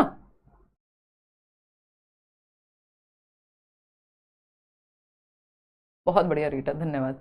देखो एक बार फिर आते हैं, मातृभाषा दूसरी भाषाओं के अधिगम को बाधित करती है, यानी जो मदर टंग है वो सेकेंड लैंग्वेज जो है आपकी उसकी लर्निंग में प्रॉब्लम क्रिएट करेगी। यही तो एक क्वेश्चन था अभी इसी तरह का जो पूछा था, ये एकदम गलत बात है। मातृभाषा जो है वो बाधा नहीं क्रिएट करेगी, बैरियर नहीं बनेगी दूसरी भाषा सीखने में। भाषाएं तो आप कितनी भी सीखी, पहली भाषा बैरियर बननी नहीं चाहिए कायदे में, हम इस अप्रोच से जाते नहीं है ना, अगर सही तरीके से सिखाई जाए तो। मातृभाषा अंतः व्यक्तिक संप्रेषण कौशलों को सुगमता प्रदान करती है, सही बात है। जो इंटरपर्सनल स्किल्स हैं आपकी, मातृभाषा या लोगों से बात करना, मिलना जुलना, मातृभाषा में सीखने से अवधारणात्मक समझ में बढ़ोतरी होती है, यानी कॉन्सेप्चुअल अंडरस्टैंडिंग बेटर होती है, सही बात है। इसीलिए हम कह रहे हैं कि प्राथमिक स्तर पे क्या करिए, आप मातृभाषा में ही सिखाइए, क्योंकि बच्चे का कॉन्सेप्ट बेटर होगा, उसका संज्ञानात्मक क्षमता बेहतर होती है। अगर आप मातृभाषा में सिखाते हैं जल्दी से सीख पाता है, तो ये बात गलत होगी। जो गलत है वही सही है, क्योंकि पूछा ही गलत था। क्वेश्चन नंबर 13 देखेंगे एक बार। क्वेश्चन नंबर 13 क्या कहता है? शिक्षार्थी के वाचन कौशल यानी संप्रेषणात्मक क्षमता को विकसित करने के लिए सर्वाधिक उपयुक्त आकलन कार्य कौन सा है? यानी वाचन कौशल होता है पढ़ना, है ना, रीडिंग स्किल को बेटर करना है। शिक्षार्थी के वाचन कौशल यानी संप्रेषणात्मक, कम्युनिकेशन की भी बात हो रही है ना, संप्रेषण मतलब कम्युनिकेशन। वाचन कौशल संप्रेषणात्मक क्षमता को विकसित करने के लिए सर्वाधिक उपयुक्त आकलन कार्य कौन सा है? असेस कैसे करेंगे? किसी दी गई स्थिति में वक्तव्य लिखना, बात लिखने की तो हो ही नहीं रही है। खेल के किसी दृश्य का वर्णन करना, ठीक है। किसी श्रवण सामग्री को सुनना और इस पर प्रतिक्रिया देना। रोल प्ले में किसी पात्र को अभिनीत करना। देखो अब ये यहां पे कई बार क्या करते हैं, वाचन के साथ खिलवाड़ कर देते हैं, वाचन को कई बार ये बोलने से जोड़ देते हैं। जनरली जो वाचन कौशल होता है वो रीडिंग की बात रहती है, बट ये कई बार इस तरह से कॉन्टेक्स्ट में यूज करते हैं उसको। तो यहां पे ओवरऑल कम्युनिकेशन की बात हो रही है, क्योंकि इन्होंने बोलने की बात हो रही है, कहीं ना कहीं इन्होंने संप्रेषणात्मक लिख दिया है, कम्युनिकेटिव। तो फिर आंसर सिर्फ यही बचता है कि कम्युनिकेशन कहां बेहतर होगा? जब रोल प्ले में किसी पात्र को अभिनीत करेगा बच्चा, यानी एनेक्ट करेगा किसी एक, मान लीजिए आप रामायण में रावण बने हैं, एक प्ले हो रहा है आपके यहाँ स्कूल में, है ना, आप जब किसी पात्र की भूमिका निभाएंगे तो आप सुनेंगे भी अच्छे से, आप पढ़ेंगे भी अच्छे से अगर उसके जो डायलॉग्स हैं, और फिर उसके बाद आप उनको बोलेंगे भी अच्छे से, तो ओवरऑल कम्युनिकेशन बेटर हो रहा है, चाहे वो पढ़ना हो, लिखना हो, है ना। तो रोल प्ले अपने आप में बहुत ही हेल्पफुल साबित होता है कम्युनिकेशन को बेटर करने में, इवन ओवरऑल लैंग्वेज को, भाषा के अधिगम को बेहतर करने में। रोल प्ले मेथड है एक, कि आप रोल प्ले कर रहे हैं, अलग अलग पात्रों को अभिनीत कर सकते हैं। क्वेश्चन नंबर 14 देखिएगा। जीवा कुछ विशेष सूचना जानने के लिए कोई एक पाठ्य सामग्री पढ़ती है, इस प्रकार के पठन को क्या कहते हैं? बताइए। जीवा एक बच्ची है जो कोई विशेष सूचना, विशिष्ट सूचना भी आप इसको कह सकते हो, स्पेसिफिक डिटेल के लिए, विशिष्ट सूचना या स्पेसिफिक डिटेल के लिए, स्पेसिफिक डिटेल, कोई एक पर्टिकुलर बात है जिसको वो ढूंढना चाह रही है उस पार्ट में। जैसे मान लीजिए मैंने कोई बुक पढ़ी आज से 1 साल पहले, और मुझे आज उसके बारे में कुछ जानना है कि उसमें क्या कहा गया था, कुछ तो था जो मुझे पसंद था, जो बात कही गई थी आज। तो मैं क्या करूंगी, वो बुक खोल के देखूंगी, मैंने कहीं हाईलाइट किया हुआ होगा, कुछ तो होगा उस चैप्टर में, मैं वहां पे जाऊंगी और सर्च करूंगी कि मुझे जो बात चाहिए थी वो कही गई है या नहीं, है ना। मान लीजिए इवन आप एक वीडियो भी देख रहे हैं और वीडियो देखते हुए कोई लाइन आपसे मिस हो गई, या आपने जो सुना आप उसको दोबारा से सुनना चाहते हैं, कोई स्पेसिफिक बात है उस 1 घंटे की वीडियो में, आपको एक जगह पे सुनना है, तो आप पीछे जाएंगे। मान लीजिए 14वें क्वेश्चन पे, 14 क्वेश्चन पे आपको कोई दिक्कत थी, तो आप 14 क्वेश्चन सर्च करते हैं पूरे वीडियो में, मतलब आगे पीछे ढूंढ के पहुंचते हैं 14 पे। इसको क्या कहते हैं? इसको स्कैनिंग कहते हैं अंग्रेजी में, है ना, स्कैनिंग कहते हैं। बारीकी से पठन कह देंगे आप एक तरह से, कि आप स्कैन कर रहे हैं एक पर्टिकुलर डिटेल के लिए।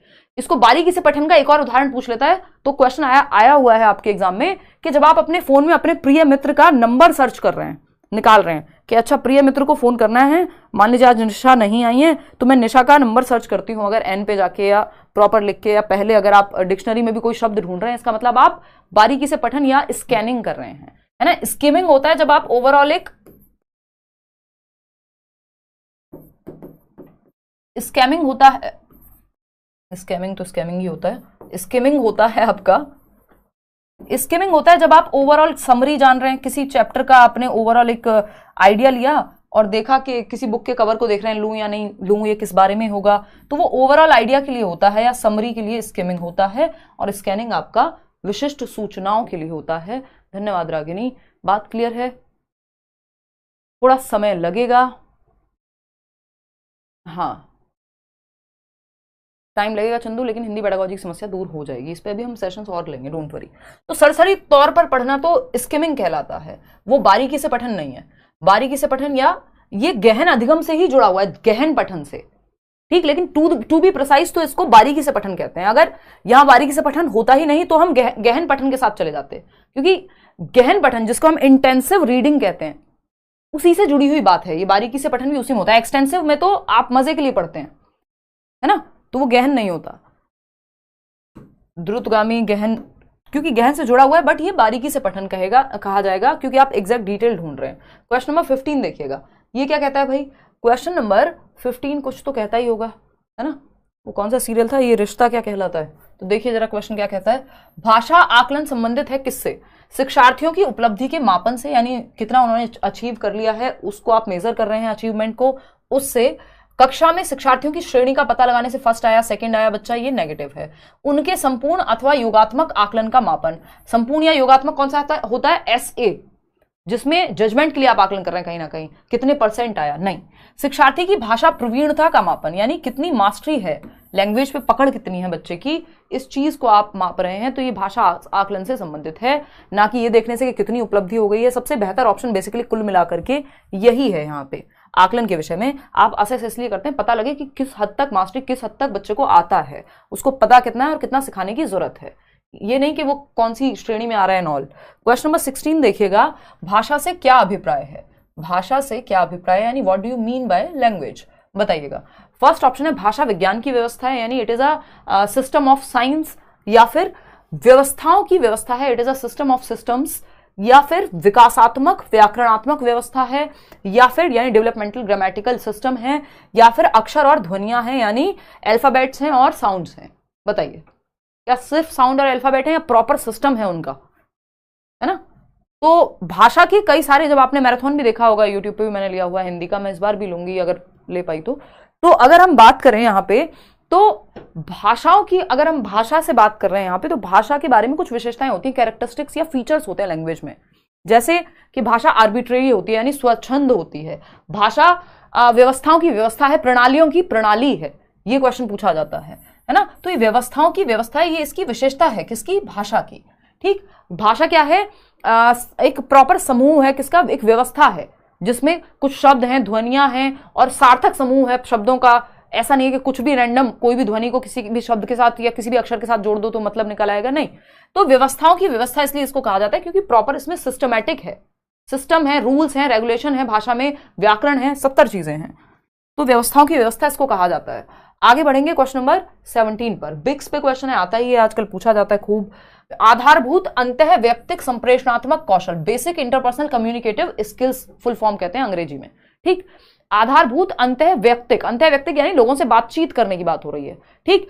कौशल है भाषा को, जिसमें आप लोगों से बातचीत करते हैं, आधारभूत बेसिक स्किल्स आपके पास हैं कि लोगों से इंटरेक्ट कर पाए, फोन पे अपने दोस्त से बात कर रहे हैं, मम्मी से बात कर रहे हैं, किसी आसपास पड़ोसी से बात कर रहे हैं, गर्लफ्रेंड से बात कर रहे हैं, बॉयफ्रेंड से बात कर रहे हैं, क्या है? बेसिक इंटरपर्सनल स्किल्स यूज करते हैं। कौन सा? आप बहुत साइंटिफिक शब्दों का इस्तेमाल पे, बहुत देश के विकास पे थोड़ी चर्चा कर रहे हैं, है ना। तो ये क्या हुआ, या आम भाषा में अगर चर्चा कर रहे हैं मान लीजिए, तो वो बिक्स ही होगा, ठीक। बात सही है नहीं? Thank you. कौशाम्बी गुप्ता कह रही हैं, फर्स्ट टाइम आपकी क्लास ले रही हूँ, बहुत अच्छा पढ़ाते हैं आप, मुझे बहुत अच्छा समझ में आ रहा है, thank you so much Kaushambi.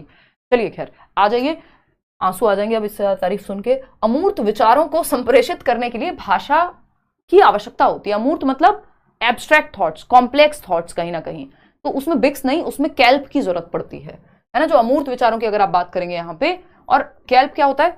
जिसमें आपकी, इसको हम कॉग्निटिव एकेडमिक लैंग्वेज प्रोफिशिएंसी कहते हैं, जिससे आपके ज्ञान में संवर्धन हो रहा हो। बेसिक बातचीत के लिए बिक्स यूज होता है, B for basic, B for BICS, ठीक। बच्चों द्वारा संप्रेषण के लिए भाषा की आवश्यकता होती है, यानी बच्चों को अगर बातचीत करनी है, कम्युनिकेशन करना है, तो बच्चों को भाषा की आवश्यकता होगी, बात सही है। बट बिक्स के बारे में पूछा है हमसे। परस्पर संप्रेषण के लिए भाषा की आवश्यकता होती है, यानी आपस में अगर कम्युनिकेट करना है तो भाषा की क्या होगी? वो होगी आपकी आवश्यकता होगी। बात सही है नहीं है? थर्ड ऑप्शन आप सभी कह रहे हैं। संप्रेषणात्मक भाषा शिक्षण, यानी आप सिर्फ कम्युनिकेशन को ही कम्युनिकेटिव लैंग्वेज टीचिंग कर रहे हैं, उसको आप कहेंगे।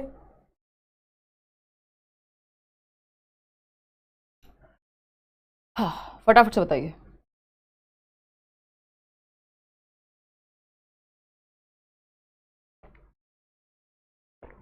तबियत बेटर है भाई? चलिए देखते हैं एक बार।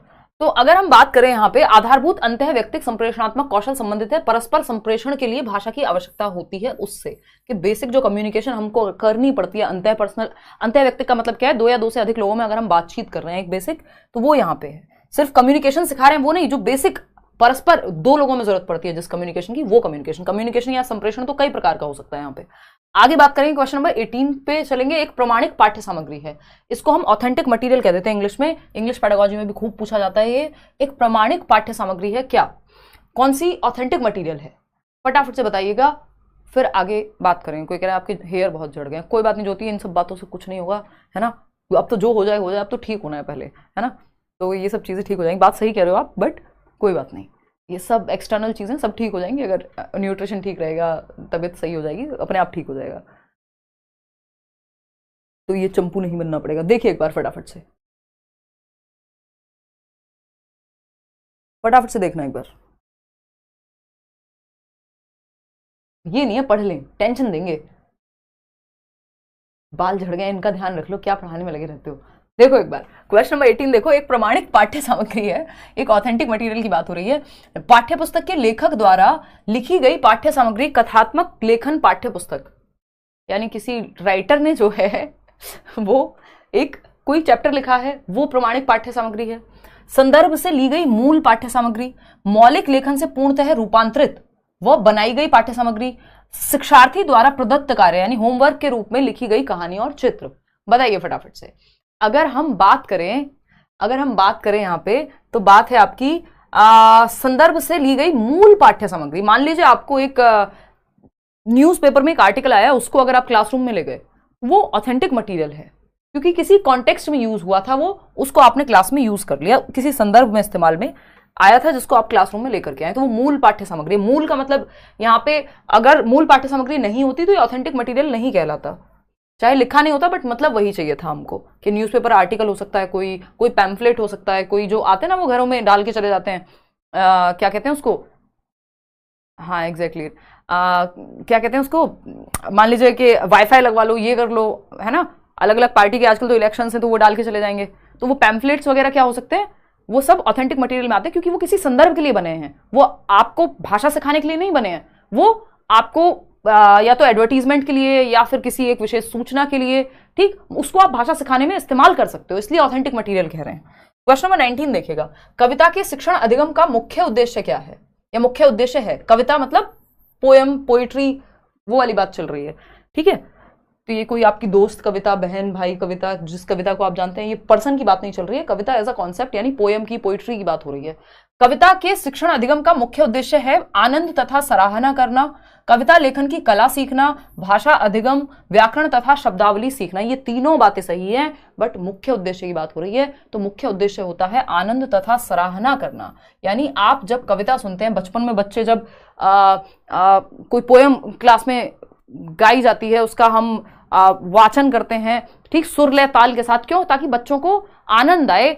हम कविता या हम एक शेर व शायरी भी लोग सुनते हैं, गाने भी हम सुन रहे हैं मान लीजिए, तो पोइट्री की अगर हम बात करते हैं तो वो एक तरह से एंजॉयमेंट के लिए होती है और एप्रिशिएट करने के लिए, एप्रिशिएशन ऑफ ब्यूटी और एस्थेटिक सेंस से जुड़ने के लिए हमारे अंदर जो एक एस्थेटिक सेंस होता है, ठीक, तो आनंद तथा सराहना मुख्य उद्देश्य है कविता का, बाकी सारी चीजें सेकेंडरी हैं।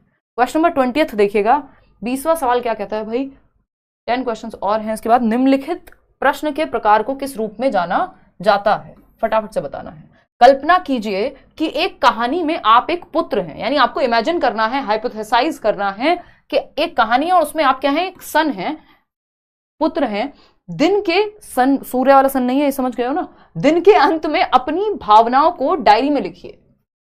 तो आपने कल्पना की कि एक कहानी है जिसमें आप एक पुत्र हैं, मान लीजिए आपको कभी खुशी कभी गम का शाहरुख खान मान लेना है खुद को, और कहानी के अंत में भावनाओं को डायरी में लिखना है कि आप कैसा महसूस कर रहे हैं एज अ सन, या फिर हो सकता है एक किस दिन आपको अपने आप को एक कैदी मान लेना है ना। तो आप किसी को एक रोल में अपने आप को रख के देख रहे हैं, इमेजिन कर रहे हैं, ठीक है ना। तो ये इमेजिनेशन क्या कहलाएगा, अब फिर डायरी में लिखना है, फील करके किसी एक रोल में आके और फिर लिखना है।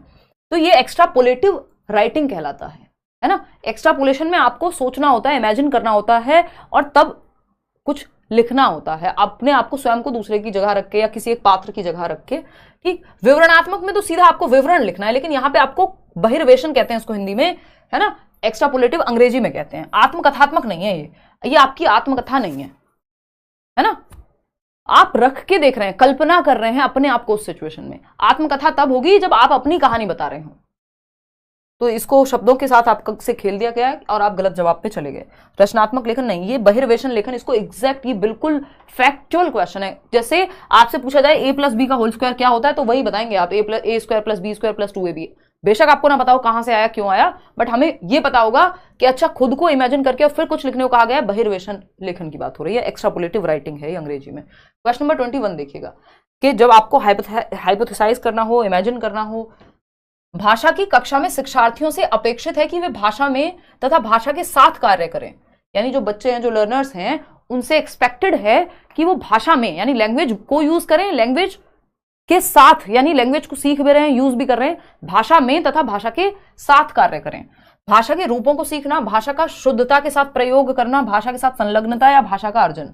तो बेटर है संलग्नता, जिसमें बाकी ऑप्शन समाहित हैं, यानी इन्वॉल्वमेंट विद द लैंग्वेज। जब आप इन्वॉल्व होंगे लैंग्वेज को, आप पढ़ भी रहे हैं, सुन भी रहे हैं, समझ भी रहे हैं, उसका इस्तेमाल भी कर रहे हैं, जान भी रहे हैं उसके बारे में, तो ये संलग्नता है, आप प्रॉपर इन्वॉल्व हैं उस लैंग्वेज के साथ। क्वेश्चन नंबर ऑप्शन नंबर 3 आगे बढ़ेंगे, सही हो गया। क्वेश्चन नंबर 22 देखिएगा एक बार, क्या कहता है 22वां सवाल। शिक्षार्थी लेखन के अनेक पड़ावों से गुजरते हैं, यानी स्टेजेस ऑफ राइटिंग की बात हो रही है। लेखन के इस उपागम को किस रूप में जाना जाता है, फटाफट से जवाब देना है, जल्दी से बताइए। लेखन के इस उपागम को, ये एक्चुअली आजकल यहाँ दिखता नहीं है ना, आप लोग कितनी संख्या में देख रहे हैं, किसने लाइक किया, नहीं किया, क्यों नहीं किया, ये सब बातें जाननी होती है यहाँ पे। चलिएगा, खैर बताइए फटाफट से। कोई कह रहा है पुराने समय पे क्लास रख दो। यार मैं चाह रही हूँ ये रूटीन ठीक हो जाए, पुराने समय पे क्लास रख के 11 बजे तक मैं फ्री होती हूँ शाम को, रात को, आधी रात मेरी वैसे चली जाती है, फिर और नहीं सोती हूँ मैं। तो सोचा तो ये था कि जिम में जाएंगे, एक्सरसाइज करेंगे 9 बजे तक फ्री होके, बट अब तबीयत इतनी खराब हो गई कि अब तो टाइम पे सो जाए, बड़ी बात है। क्वेश्चन नंबर 2 देखिएगा, प्रक्रिया उपागम कहते हैं इसको, बिल्कुल। शिक्षार्थी लेखन के अनेक पड़ावों से गुजरते हैं, लेखन के इस उपागम को किस रूप में जाना जाता है, तो प्रक्रिया उपागम के रूप में जाना जाता है। प्रोडक्ट राइटिंग नहीं कहते इसको, प्रोसेस राइटिंग तो ये खैर है ही नहीं, बट ये प्रोसेस अप्रोच है, प्रोसेस अप्रोच ऑफ राइटिंग है ना। प्रोसेस अप्रोच ऑफ राइटिंग में क्या होगा, पहले आप किसी बारे में सोचेंगे, फिर ड्राफ्ट करेंगे, एडिट करेंगे, प्रूफ रीड होगा। 70 स्टेजेस हैं, 70 नहीं है, मतलब 3 होती है मुख्य, कई अप्रोचेस में 5 तक जाती हैं, तो मतलब कई लोगों के अनुसार। तो ये अनुच्छेद श्रुतलेख नहीं है कि सुन के आपने किसी एक पैराग्राफ को लिख दिया, व्यक्तिगत लेखन नहीं है ना। उत्पाद उपागम नहीं है, क्योंकि वहां पे तो आप मॉडल राइटिंग हो जाती है कि आपको एक पर्टिकुलर फिक्स्ड हिसाब किताब दे दिया गया है, उसी हिसाब से आप लिख रहे हैं। ये मल्टीपल स्टेजेस प्रक्रिया उपागम में आती हैं। आगे बढ़ेंगे क्वेश्चन नंबर 23 पर। क्या कहता है भाई क्वेश्चन नंबर 23, ध्यान से आंसर करना है, इसमें आप लोग गलतियां करेंगे। क्वेश्चन नंबर 23 है, एक शिक्षिका अपनी कक्षा को 4-4 के समूह में बांटती है। वह प्रत्येक समूह को विषय या शीर्षक यानी एक टॉपिक देती है, जिन पर उन्हें 3 महीने में, 3 मंथ्स की बात हो रही है, 3 महीने में लिखने तथा रिपोर्ट तैयार करके पूरी कक्षा के सामने प्रस्तुत करना है। यानी 4-4 बच्चों का ग्रुप बनाया गया है ना, उनको एक टास्क दिया गया। क्या है ये टास्क, कोई एक टॉपिक दिया गया या विषय दिया गया कि मान लीजिए प्रदूषण क्यों बढ़ रहा है, इस पे उनको क्या करना है, 3 महीने में लिखने तथा रिपोर्ट तैयार करके पूरी कक्षा के सामने प्रस्तुत करनी है। तो पता करेंगे बच्चे, गूगल पे जाएंगे, रिपोर्ट्स ढूंढेंगे, अखबार में से आर्टिकल्स ढूंढेंगे, है ना, और आसपास के लोगों से पूछेंगे, कुछ लोगों के इंटरव्यूज देखेंगे। तो एक पूरा उनको प्रोजेक्ट मिला है 3 महीने का। आप लोग 53% लोग ही सही जवाब दे रहे हैं, उनको भी चेता दिया था, तो करके पूरी कक्षा के सामने प्रस्तुत करना है। 3 महीने का टाइम, एक तो टाइम मिलता है प्रोजेक्ट मेथड में, प्रॉपर एक टाइम मिलेगा आपको, प्रोजेक्ट है क्योंकि परियोजना विधि जिसको हम कहते हैं। दिया किसने था, ये दिया था WH Kilpatrick William heard Kilpatrick ने। और ये किलपैट्रिक जो है, ये जुड़े हुए हैं कहीं ना कहीं जॉन डुई से, मतलब John dewy, Stevenson, I think, मतलब उनके जो स्टूडेंट्स थे आपस में ये सब रिलेशन है। यानी कुल मिला के ये जो प्रोजेक्ट मेथड है वो प्रैग्मेटिज्म से प्रभावित है। जो जॉन डुई का मेथड है वो प्रैग्मेटिस्ट थे। जॉन डुई कौन है? जो प्रगतिवादी शिक्षा की बात करते हैं, प्रगतिशील शिक्षा की, एजुकेशन फॉर प्रेजेंट लाइफ या एजुकेशन इज लाइफ इटसेल्फ जो कह रहे हैं John dewy, child centred and progressive education वाले, तो उनके ही मेथड्स पे आधारित है। बच्चे एक्टिव हैं, ग्रुप में काम कर रहे हैं, ये सारी बातें हमने प्रोग्रेसिव एजुकेशन में, प्रगतिशील शिक्षा में भी की हैं। तो एक पर्टिकुलर टाइम है और ग्रुप में काम होगा, तो ग्रुप वर्क तो होता ही है। प्रोजेक्ट मेथड सिर्फ समूह कार्य नहीं, समूह कार्य तो कोई भी हो सकता है, जरूरी थोड़ी वहां पे एक टॉपिक दें और फिर उसमें सिर्फ यही कामों के प्रॉपर 3 महीने दिए गए और उस पर लिख करके लाओ। तो ये जो है ये समूह कार्य इसलिए नहीं कहेंगे क्योंकि समूह कार्य तो अपने आप परियोजना में आ ही गया। एक प्रॉपर प्रोजेक्ट मिला 3 महीने का, ग्रुप में तो होगा ही, वो प्रोजेक्ट मेथड में ग्रुप तो बनते ही हैं, तो ग्रुप तो जस्ट एक पार्ट हो गया इसका। अगर कोई और ऐसा काम होता तब शायद समूह कार्य हम कह भी देते कि 3 बच्चों को ग्रुप में बांट दिया, क्या कर रहे हैं समूह कार्य। प्रदत्त कार्य होता है होमवर्क, भाषा कार्य तो लैंग्वेज वर्क ये है ही अपने आप में, तो ये परियोजना कार्य हो गया। पुरानी मैराथन नहीं मिल रही है, मैं शेयर कर दूंगी टेलीग्राम पे कल। एक लघु कहानी है, लघु कहानी समझते हैं, शॉर्ट स्टोरी। लघु का मतलब ये शॉर्ट, वो बचपन में आपने शायद सुना हो, पढ़ा हो, लघु मतलब शॉर्ट। शॉर्ट वो होते हैं लघु उत्तरीय प्रश्न, दीर्घ उत्तरीय प्रश्न, यानी लॉन्ग आंसर राइटिंग, जिनमें लॉन्ग क्वेश्चंस होंगे, जिनमें ज्यादा शब्दों में लिखना होगा। लघु में, शॉर्ट में, कुछ वेरी शॉर्ट भी होते हैं, अति लघु कहते हैं उनको। ठीक, तो एक लघु कहानी एक शॉर्ट स्टोरी है, यानी बहुत छोटी भी नहीं है और बड़ी तो है ही नहीं। ठीक, तो एक शॉर्ट स्टोरी है, विवरणात्मक लेखन के अंदर आएगी, विश्लेषणात्मक लेखन के अंदर आएगी, वर्णनात्मक लेखन के अंदर आएगी, या तुलनात्मक। तो तुलना के लिए तो कुछ 2 चीजें चाहिए ना। विश्लेषणात्मक में भी विश्लेषण करने के लिए एनालिसिस करना पड़ेगा, 2 चीजों से रिलेट करना पड़ेगा, वो भी यहां नहीं बनता। विश्लेषण कहां हो रहा है यहाँ पे, है ना। लघु कहानी में क्या विश्लेषण करेंगे आप, क्या एनालिसिस करेंगे? तो अगर हम बात करें किसके साथ करेंगे, और तो विवरणात्मक अपने आप में दीर्घ में चली जाती है क्योंकि विवरण लंबा होगा, तो वर्णनात्मक लेखन ही बचता है, यानी किसी चीज का डिस्क्रिप्शन दिया गया है, वर्णनात्मक वर्णन किया गया है कम शब्दों में। तो थर्ड ऑप्शन के साथ हम जाएंगे। क्वेश्चन नंबर 25 देखना क्या कहता है। ये भाषा अथवा पाठ्य वस्तु की कक्षा में बहुभाषिकता एक रणनीति के रूप में है, यानी मल्टीलिंग्वलिज्म की बात हो रही है। बहुभाषिता को एक स्ट्रेटजी के रूप में देखते हैं लैंग्वेज क्लासरूम में, और बहुभाषिता क्या है, संसाधन के रूप में देखी जानी चाहिए, अच्छी चीज होती है।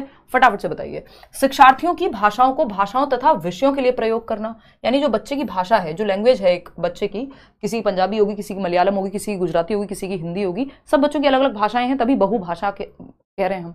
तो बहुभाषिकता है अगर किसी एक कक्षा में, तो शिक्षार्थियों की भाषाओं को भाषाओं तथा विषयों के लिए प्रयोग करना, यानी सब्जेक्ट्स के लिए। लैंग्वेजेस भी आप सिखा रहे हैं क्योंकि बच्चे को जो भाषा आती है उसके माध्यम से आप दूसरी भाषाएं भी सिखा रहे हैं और सब्जेक्ट्स भी सिखा रहे हैं उसको। मान लीजिए आप एक सब्जेक्ट के बारे में पढ़ रहे हैं, मान लीजिए चाइल्ड डेवलपमेंट पढ़ रहे हैं और आपकी भाषा में सिखाया जाए उसको हिंदी में, तो हो गया ना, यही बहुभाषिकता वाली बात हो गई। हर व्यक्ति को अपनी भाषा में समझने को मौका मिल रहा है। अनेक भाषाओं का शिक्षण अधिगम जिसमें मातृभाषा, आधुनिक भारतीय भाषाएं, शास्त्रीय भाषाएं तथा विदेशी भाषाएं सम्मिलित हैं। नहीं, बहुभाषिता का मतलब ये नहीं है कि बहुभाषिकता का मतलब ये बिल्कुल नहीं है कि मातृभाषा, आधुनिक भाषाएं, भारतीय भाषाएं, शास्त्रीय भाषाएं तथा विदेशी भाषाएं सम्मिलित हैं। हाँ ठीक है, बुरी बात तो नहीं लग रही है। जितनी संभव हो उतनी भाषाओं का शिक्षण अधिगम, नहीं नहीं नहीं। भाषा तथा माध्यम दोनों के रूप में मातृभाषा, नहीं नहीं नहीं। देखना, भाषा अथवा, अब आप लोग इसमें 74% लोग सेकंड ऑप्शन कह रहे हैं और मुझे इसमें फर्स्ट नजर आ रहा है। चलिए देखते हैं। अब भाषा अथवा पाठ्य वस्तु की कक्षा में बहुभाषिकता एक रणनीति के रूप में, यानी मल्टीलिंग्वलिज्म को एक स्ट्रेटेजी के रूप में हम इस्तेमाल कर रहे हैं लैंग्वेज और कंटेंट सिखाने के लिए। ठीक है, इसका मतलब क्या है? शिक्षार्थी की भाषाओं को भाषाओं तथा विषयों के लिए प्रयोग करना। ठीक है, अनेक भाषाओं का शिक्षण अधिगम जिसमें मातृभाषा, आधुनिक भारतीय भाषाएं, शास्त्रीय भाषाएं तथा विदेशी भाषा सम्मिलित हैं। बात तो सही है। ठीक है, इसको यार इसमें मुझे हल्का सा डाउट आ रहा है कि शिक्षार्थियों की भाषाओं को भाषाओं तथा विषयों के लिए प्रयोग करना मुझे ज्यादा बेहतर लग रहा है पर्सनली, क्योंकि वो बहुभाषिकता का मतलब यही है कि आप बच्चों की भाषाओं का भी इस्तेमाल कर रहे हैं। बहुभाषिकता का मतलब ये बिल्कुल भी नहीं है कि आप अलग अलग भाषाएं सिखा रहे हैं। तो मैं फर्स्ट के साथ जाऊंगी, फिर भी आप कल तक का वेट कर लीजिए। मैं एक बार, ये आया हुआ क्वेश्चन होगा तो ऑफिशियली उन्होंने क्या माना है वो भी हम देख लेंगे। तो ये भी बहुभाषिकता है, बट बहुभाषिकता का एग्जैक्ट मतलब ये नहीं होता कि अलग अलग भाषाएं सिखाना। इसमें बच्चे भी अपनी अलग अलग भाषा लेकर के आते हैं, वो भी होगा। तो इसमें आप डाउट मार्क कर लेना बेशक, है ना।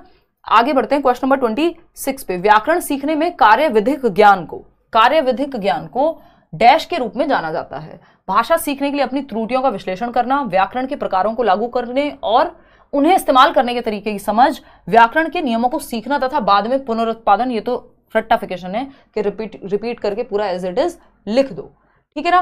फिर आते हैं व्याकरण पुस्तक में से व्याकरणिक रूप किस प्रकार करने हैं की समझ। जी रागिनी बताइए देवेश।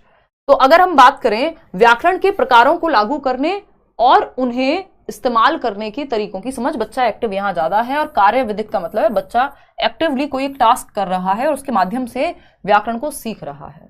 व्याकरण पुस्तक से व्याकरण के नियमों को रटना नहीं, त्रुटियों का विश्लेषण करना। कार्यविधिक यानी बच्चा कोई एक्टिविटी, कोई टास्क बेस्ड काम कर रहा है, तो ज्यादा एक्टिव वो यही है सेकेंड ऑप्शन में, है ना, क्योंकि उसको इसके पास कुछ प्रकारों को लागू करना, यानी कोई तो कार्य है और उसका इस्तेमाल भी। चलिएगा, खैर सेकेंड ऑप्शन बेटर है। क्वेश्चन नंबर 27 देखते हैं एक बार क्या कहता है। श्रीनगर में, ये तो एक आध क्वेश्चन इस तरह का आता ही है, श्रीनगर में एक शिक्षार्थी तृतीय भाषा के रूप में यानी third language, as a third language के रूप में मलयालम को चुनती है तथा एक वर्ष में कक्षा में उपलब्ध भाषा के अवसरों तथा पारस्परिक क्रियाओं के द्वारा उसे बोलने और पढ़ने योग्य हो गई है। यह किस रूप में जाना जाता है, ये पूछा है, फटाफट से बताना। 67% लोग कह रहे हैं सेकेंड ऑप्शन। यार कैसी बातें करते हो। देखो एक बार, श्रीनगर में एक शिक्षार्थी तृतीय भाषा के रूप में मलयालम को चुनती है। थर्ड लैंग्वेज, फर्स्ट लैंग्वेज मान लीजिए विद्यार्थी की, अगर वो श्रीनगर की है मान लीजिए वहीं की कोई भाषा होगी, है ना, उर्दू हो सकती है, फारसी, जो भी वहां चलती है भाषा वो हो सकती है। फर्स्ट लैंग्वेज हो गई, मान लिया हमने उर्दू है, ठीक। अगर हम बात करते हैं यहाँ पे किसकी, दूसरी भाषा मान लीजिए अंग्रेजी है स्कूल में, ठीक है, इंग्लिश है। थर्ड लैंग्वेज ले ली बच्चे ने मलयालम, ठीक है। अब ये थर्ड लैंग्वेज ली है तो मातृभाषा तो यही होगी, मतलब जो भी फर्स्ट है, फिर सेकंड स्कूल की हो सकती है। थर्ड लैंग्वेज तो मातृभाषा नहीं होगी ना कि रूप में। अब समझते हैं, हो सकती है, देखते हैं कैसे।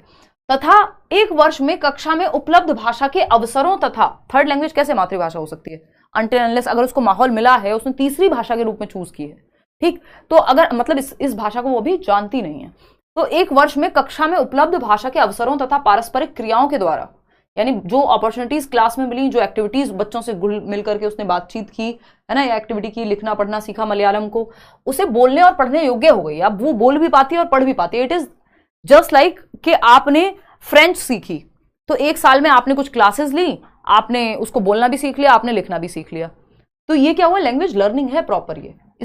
ये अधिगम है, यहाँ की अर्जन है। ये आपको अर्जन क्यों लग रहा था, है ना, ये एनवायरमेंट से थोड़ी उठाया है, प्रॉपर स्कूल में चूज की है लैंग्वेज, उससे पहले आती भी नहीं थी, फिर उसके नियम सीखे हैं, फिर बोलना भी सीखा है। तो ऐसा थोड़ी है कि बोलना, जब आप लैंग्वेज लर्निंग करते हैं तो उसमें बोलना नहीं सीखते भाई, आप नियम भी सीखते हैं, बोलना भी सीखते हैं। तो भाषा अधिगम है, लैंग्वेज लर्निंग है। अर्जन तो ऑटोमेटिकली हो जाता है, उसके लिए आपको किताबें या स्कूल में पढ़ने की जरूरत नहीं है, वो आप घर में मातृभाषा के साथ ही अर्जन हो जाएगा। भाषा का जुड़ना,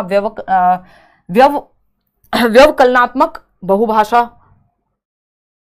आगे बढ़े, क्वेश्चन नंबर 28 देखना एक बार, ये और पढ़ लो।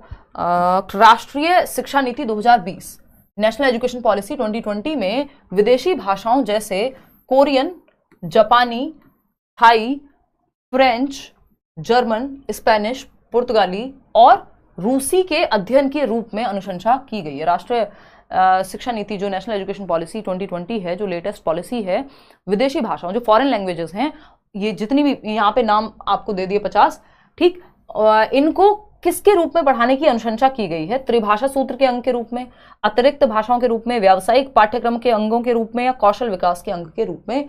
तो ये आप बिल्कुल गलत जवाब दे रहे हैं। फॉरेन लैंग्वेज की अगर हम बात कर रहे हैं तो स्पेशली उन्होंने कहा है कि एडिशनल सब्जेक्ट के रूप में पढ़ाइए। इवन क्योंकि ये जरूरी नहीं है कि, अगर मैं बात करूं 3 लैंग्वेज फॉर्मूला में, जरूरी नहीं है कि तीसरी फॉरेन लैंग्वेज ही हो। आपको बताया था कोई भी भारतीय भाषा, मॉडर्न इंडियन लैंग्वेजेस में से कोई एक भाषा होती है जनरली, है ना, कि मान लीजिए मातृभाषा हिंदी है, दूसरी भाषा अंग्रेजी है, और फिर कोई भी जो 22 भाषाएं हैं इनमें से कोई एक भाषा होगी मॉडर्न इंडियन लैंग्वेज जिसको हम कहते हैं, इनमें से कोई एक भाषा होगी, जरूरी नहीं फॉरेन लैंग्वेज ही हो। तो ये एडिशनल सब्जेक्ट के रूप में या एडिशनल लैंग्वेज के रूप में हम लेंगे। और जो क्लासिकल लैंग्वेजेस हैं वो भी एडिशनल के रूप में है। क्लासिकल जैसे संस्कृत है तो वो भी वैकल्पिक विषय के रूप में आप पढ़ेंगे। ये कहती है भारतीय शिक्षा नीति, सॉरी राष्ट्रीय शिक्षा नीति। क्वेश्चन नंबर 29 देखना, राष्ट्रीय शिक्षा नीति 2020 के अनुसार विद्यालय शिक्षा का क्या ढांचा है। अब ये तक भी क्वेश्चन लैंग्वेज में पूछा गया, हिंदी और इंग्लिश पेडागोजी दोनों में। तो मैंने आपको बताया हुआ है, पहले आप जवाब दे दीजिए फिर हम आगे बढ़ेंगे।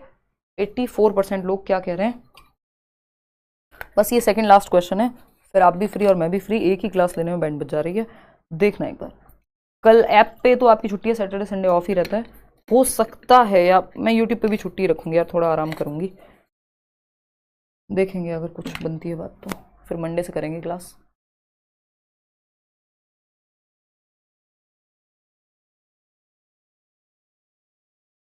देखना एक बार, राष्ट्रीय शिक्षा नीति आप लोग कह रहे हैं 82% लोग, बिल्कुल सही है। 534 मैंने आपको बताया हुआ जिसमें 3 का स्क्वायर है, जिनको शॉर्ट में याद रखना है ना, 5 + 3 + 3 + 4, और इसका एक शॉर्ट फॉर्म और क्या बताया हुआ, FPMS। F मतलब फाउंडेशनल पीरियड है 5 साल का, जिसमें 2 साल वो जो बाल वाटिका और वो सब है आंगनवाड़ी, और फिर फर्स्ट सेकंड थर्ड क्लास, फिर आपका आ जाता है P प्रेपरेटरी स्टेज है ना, 4th 5th 3rd to 5th इसमें आ जाएगा, फिर 6th to 8th आपकी मिडल स्टेज, और सेकेंडरी आपका 9th to 12th। FPMS ये 4 भागों में बांट दिया गया है। जो पहले 10 + 2 + 3 का जो सिस्टम होता था स्कूल लेवल पे, तो 10 + 2 ही होता था, उसको रिप्लेस कर दिया गया इसके माध्यम से 5 + 3 + 3 + 4। ऐसा नहीं है कि अपनी मर्जी से इसको जोड़ करके कुछ भी नहीं बनाने लगा कि 5 को लिख दिया 2 + 3 है ना, ये नहीं कर सकते हैं हम। तो फर्स्ट ऑप्शन ही सही है, जो कि आप लोग दे भी रहे हैं सही जवाब। क्वेश्चन नंबर 30 देखिएगा, ये आखिरी सवाल है आज का। अच्छा, ये आज उन्होंने टाइपिंग नहीं ठीक तो है, देखना एक बार। चित्रबोध किसे बढ़ावा देने के लिए प्रभावशाली है? चित्रबोध, फटाफट से बताइए। चित्रबोध यानी आप चित्र को देख करके कुछ समझने की कोशिश कर रहे हैं, किसको बढ़ावा देने के लिए? बिल्कुल ठीक हो जाएंगे अंजलि, कोई दिक्कत नहीं है।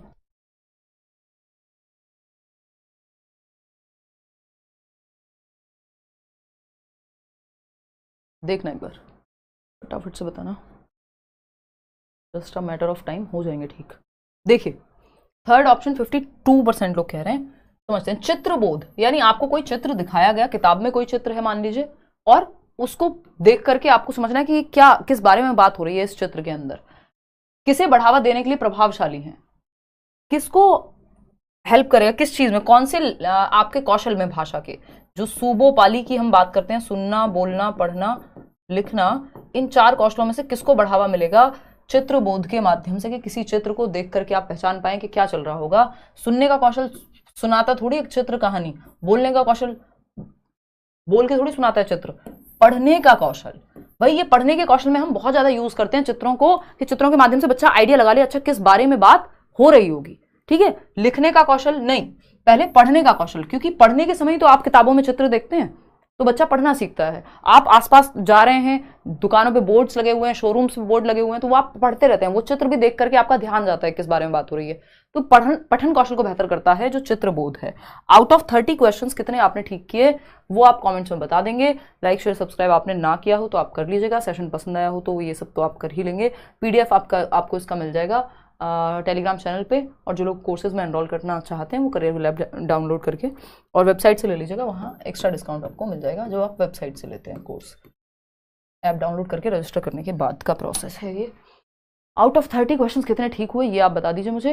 इंग्लिश पेडागोजी का भी सेशन लेंगे भाई, और 22 out of 30, 20 out of 30, 25 out of 30, 27 out of 30। चलिए बहुत बढ़िया। हाँ, देखकर बच्चा बोलेगा ना मैम, वो बात आपकी सही है, लेकिन उद्देश्य होता है कुछ चीजों का कि जो बोलना है, मतलब पठन कौशल को बढ़ावा दिया जाए। बोलने के लिए क्या बढ़ावा देंगे? चर्चा में इन्वॉल्व करेंगे आप बच्चे को, क्वेश्चन आंसर मेथड का यूज करेंगे कि बोलना बेहतर हो। पढ़ना सीखने के लिए चित्र का प्रयोग किया जाता है, ये एक मेथड है अपने आप में, किसको बढ़ावा देने के लिए। ऐसे तो सब आपस में सारे कौशल जुड़े हुए हैं, तो चारों आपको आंसर सही लगेंगे, चारों ऑप्शंस, और जो है कुछ हद तक हैं भी, बट मुख्य रूप से किस लिए वो चित्रबोध का यूज करते हैं, प्रयोग करते हैं, तो पढ़ना सिखाने के लिए करते हैं, ठीक है ना। चलिए आज के लिए इतना ही रखते हैं, मिलेंगे मंडे को मिलेंगे होपफुली, और तब तक मैं थोड़ा रेस्ट भी कर लेती हूँ, हो सकता है संडे को संडे वार्ता भी करें।